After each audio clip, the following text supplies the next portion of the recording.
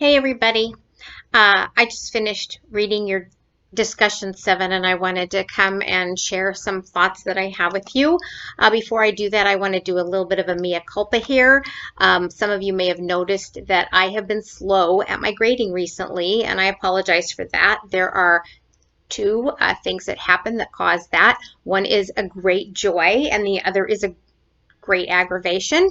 The great joy is that my daughter had a baby and I traveled to St. Louis thinking that all I would need to do while I was there would be to change diapers and grade papers and give my daughter a little chance to sleep between rounds of feeding and diapering, whatever. But it didn't work out that way, and that's because of thing two. Thing two was that my car got stolen from in front of my daughter's house, and that began a several days worth of aggravation that involved the police told us to use the neighbors, and so we posted everything on social media, which actually did result in a picture of the thieves rifling other people's car with my car in the picture, and did help the police, I guess. But anyway, long and short of it is I got my car back. After 6 days, I did not get any of my stuff back, and because I was traveling by car, I had a lot of belongings in the car, all very aggravating, but also very exhausting, and I really didn't have it in me to grade a whole lot. So it's been very slow go. If I had not gotten to your real utopias before I left for my daughters, I have finished those up now, and I've also finished discussion 7. My next move is to go take my dogs for a walk right after this video and then come back and start working on discussion 8. My reward for discussion 8 is going to be your Paulo Freire assignments. I really, really can't wait. I love to see what those bring in every semester. But first, I want to just spend a couple minutes more talking to you about theories, because I feel like some of you got it, but I just still felt like there is some I don't know, some cognitive dissonance, let's put it that way, about why I even asked you to peel theories apart into principles and why that's important. And so I'm going to do this as fast as I can. All right, so think of a theory as a recipe.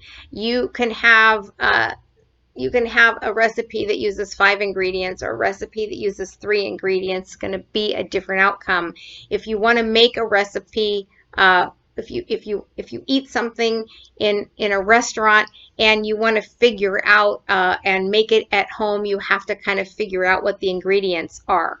I'm asking you to look at social movements and your experience of social movements, which we've been talking about in class now, your own examples and examples you've read about and so forth, and peel back that onion and see what your most for you, what is the most obvious theory of how social movements seem to work. And then I asked you to find one that was very different than your own when you were doing your classmate review, and think hard about why, what the differences are, because what I want you to be able to do when you leave this class is to look at a social movement and begin to actually recognize its components or the principles that are operating inside of it. Why do I want to do that? Well, because a theory isn't usually developed for one incident or one movement or one situation. A theory is developed by looking at patterns across multiple movements, let's say, or multiple actions, or community actions, or whatever, community development opportunities. So you might be thinking I've got a protest going in the picture that you're looking at, but we could also be talking about a community coming together to clean up its neighborhood from toxics, or a community coming together to tackle food insecurity. It could be anything. So what I want you to be able to do is to recognize multiple situations that are similar because they have these same underlying principles, and I want you to be able to do that so that if you are looking at a current social movement that you are part of or trying to orchestrate or contribute to as a collaborator, you can find other situations that were very similar, and you can look at them for their successes and failures. And when you see, say, something that happened 5 years ago that was very similar to what you're doing, might not be the same, but if you see the same underlying, might not be the same topic, but if you see the same underlying principles, you can look at the leadership, you can look at the activities, you can look at the barriers, and you can say what happened here that caused it to really succeed, or what happened here that caused it to fall apart. My favorite example of a huge movement that fell apart is the Occupy movement. And I'm not going to go into what I think happened there, but I do have some theories about it. And if I saw another movement coming out, or if I was part of another big movement that was coming up, like the BLM movement, for example, I would want to look at the Occupy movement and say, what destroyed that movement, what caused it to dissipate and just blow away, and then say, how can we prevent that here? And to be able to look and see, do we even have any of the same predictors going on here? Do we have the same underlying principles and so forth?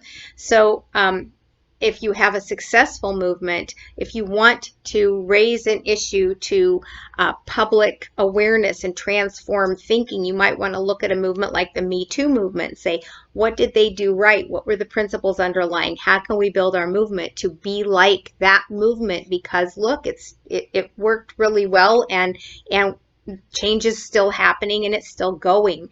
Maybe not as loudly, but certainly people are afraid to behave in ways that create more gender inequity right now, especially in Hollywood, right? So anyway, this is why I asked you to do these things, and I want to give you 3 quick examples of movements, and you just look really quickly at their principles and think about how they're different or the same. So the picture that you are looking at right now is a bunch of people under umbrellas. And umbrellas in America have become a protest symbol because of tear gas. And in my mind, the last place I saw umbrellas was Seattle. I was watching a Seattle protest on the internet, and everybody had umbrellas because they were going to hold them up against tear gas. This picture right here happens to be from a Korean umbrella protest. That's what it's come to be called, because the umbrella has come to be symbolic of the entire protest, and that happened in 2014. And so if you look at the similarities between the BLM and the Korean protest, you see that some of the principles underlying it are different. It was a shocking event that ignited the protests. The leadership for both protests were very grassrootsy, and in the case of Korea, it was a lot of students. And if you look at the beginning of the story of the BLM, which in my mind, it originates in an event that happened in Columbia, Missouri at the university, and then a protest that broke out in Ferguson, which is outside of St. Louis and very close to Columbia, and students and young activists that got that off the ground, and then it just spread like wildfire across the country. And this is the same. So the leadership is the same. The event for BLM was George Floyd. The event for the Korean thing was an election problem, but still it was a shocking event. So Principle 1, it took a shocking event to motivate people. Principle 2, the leadership was grassroots and diffuse. Principle 3, they had a symbolism that I don't think that they attempted to get. But in the case of Korea, these umbrellas are symbolic. In the case of BLM, there are actually several symbols that we now associate with the BLM movement. And the fourth thing is that they all used social media to spread, and that they were very, very successful at raising the visibility of the problems.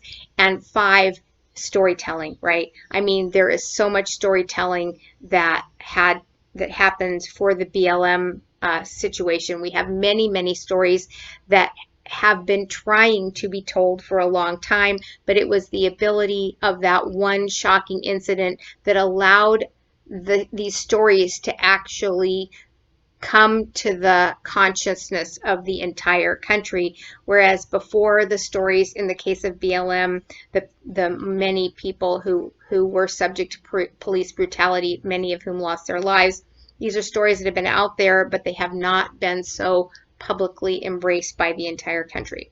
All right, so in this case, you might be able to compare those two events. The third one I want to talk about is a little different, and the only reason I want to show it to you is because it's a successful movement. It does incorporate some of the same principles, but to create the theory to help you find a very similar movement, you'd have to change others of the principles. So first of all, I'm going to talk about Me Too. The Me Too movement does, in fact, have a shocking event. It was the Harvey Weinstein event and the actress that reported on him. But its leadership was very different. It had champions who were celebrities. They were mostly celebrity women actors, and so they got a lot of public visibility really quickly. One of the things about this particular phenomenon, and I hope some of you recognize as I'm talking about leadership and communication and symbols and stuff like that, that these are the same things that you've been talking about from your readings and in your discussion 7.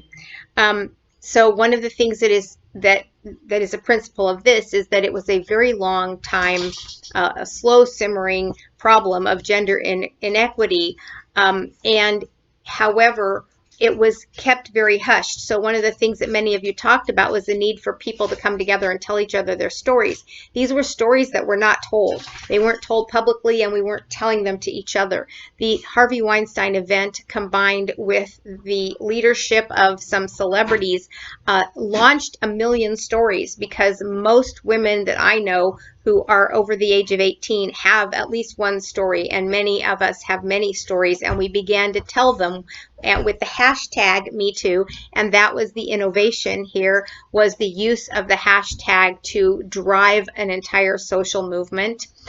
So you have this communication, you have leadership, you have an innovation, and you have storytelling, which is very important.